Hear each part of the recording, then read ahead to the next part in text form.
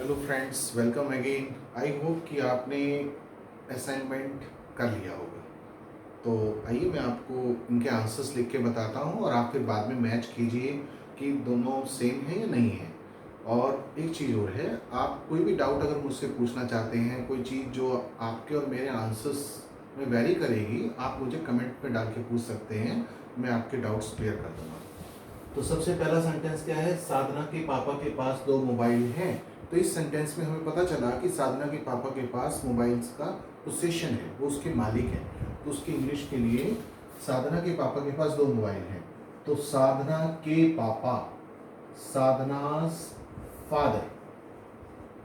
यहाँ पर जो मैंने अपोस्ट्रोफी एस लगाया है, अपोस्ट्रोफी एस का मतलब होता है जब हिंदी में हमें का के की बोलना हो तो हम नाम के साथ ऊपर एक कोमा लगा के एस लगाते हैं, वो अपोस्ट्रोफी एस बन जाता है।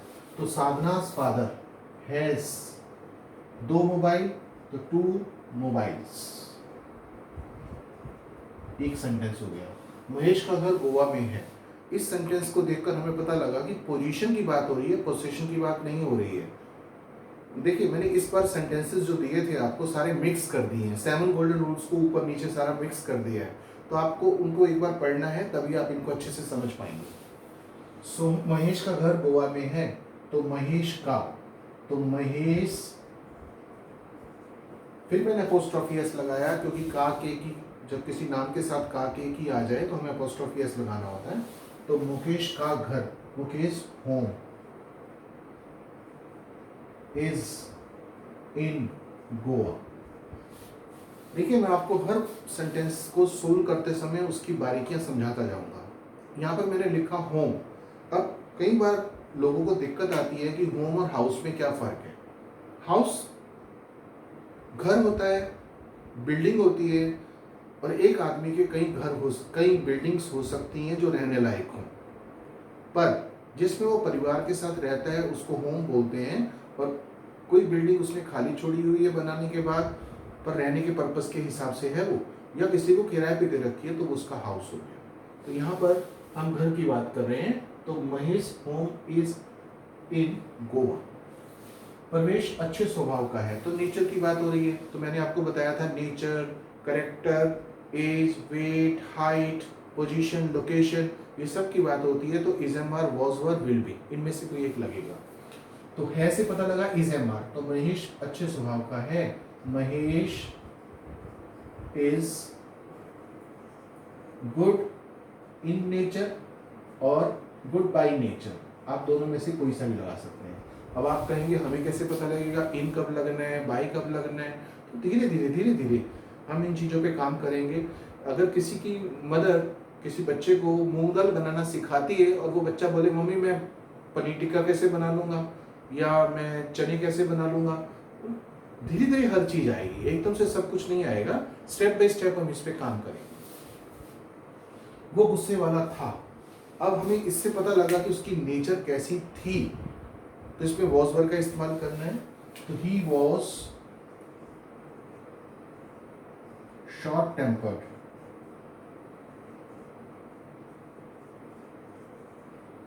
शॉर्ट टेम्पर का मतलब जो अपने गुस्से को कंट्रोल नहीं कर पाता, जिसका टेम्परामेंट कंट्रोल नहीं हो पाता। वह फिजूल खर्च थी, यहाँ पे भी थी लगा हुआ है, तो वॉज वर्ड में से एक आएगा। पर थी से पता लगा कि फीमेल की बात हो रही है, तो शी वॉज, और यहाँ पर था की बात हुई है तो मतलब मेल की बात हो रही है, तो ही लगाया मैंने। वह फिजूल खर्च थी, शी वॉज एक्स्ट्रा विगिट, इसका मतलब होता है फिजूल खर्च। सीमा एक ईमानदार कर्मचारी है, यानी कि उसके करेक्टर ट्रेट कैसी हैं, ईमानदार है। तो सीमा इज एन ऑनेस्ट एम्प्लॉय।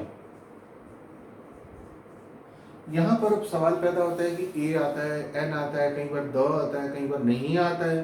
तो ये एक चैप्टर है आर्टिकल का, ए एंड द, इसको हम किसी और क्लास में लेंगे और मैं आपको अच्छे से समझाऊंगा।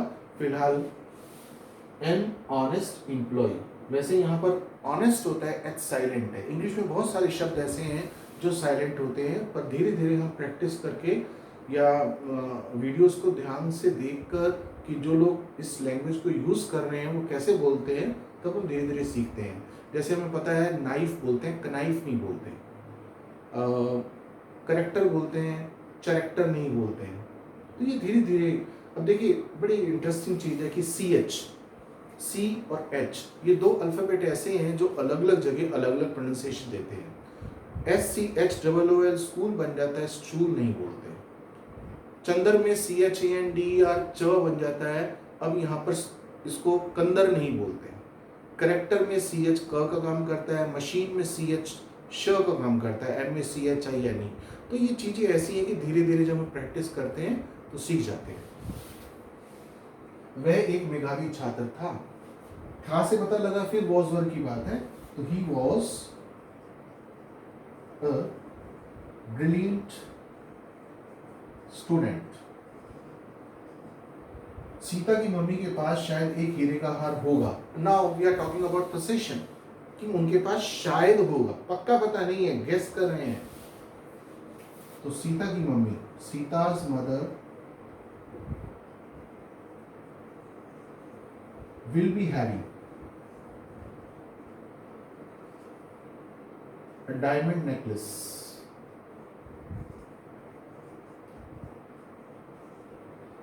हम अगले महीने इस समय माता वैष्णो के मंदिर में होंगे।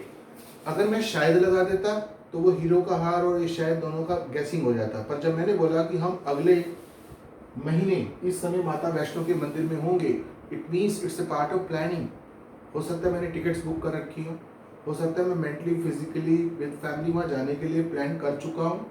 तो when it is a part of planning, हम अगले महीने इस समय माता वैष्णो के मंदिर में होंगे, तो वी विल बी इन माता वैष्णोस temple.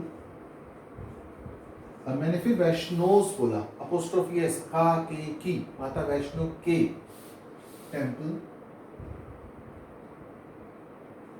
At this time next month. यहां पर मैं थोड़ा सा टाइम पीरियड को लेकर एक बार क्लियर कर देता हूं कि नेक्स्ट मंथ पहले भी आ सकता था। We will be in Mata Vaishno temple next month eight this time.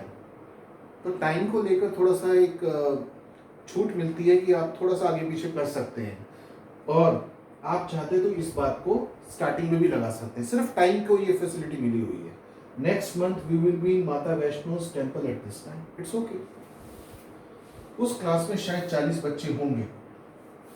अब कुछ सेंटेंसेस ऐसे हैं जो इट और देयर से शुरू होते हैं। जब हमारे पास क्लियर कट सब्जेक्ट अवेलेबल ना हो, ये इट और देयर के बड़ी सारी चीज़ें हैं जो मैं आपको किसी और वीडियो में अच्छे से समझाऊंगा, पर फिलहाल हमें देयर से शुरू करना है। उस क्लास में शायद 40 बच्चे होंगे। There will be 40 students in that class.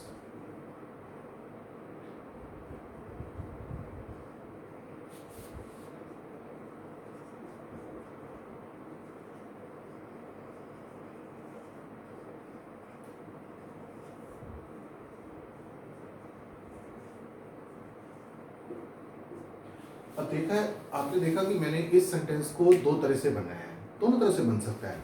अगर मैं उस क्लास में शायद 40 बच्चे होंगे, पोजीशन की बात करूँ कि उनकी लोकेशन उस क्लास में है 40 बच्चों की, तब भी ठीक है।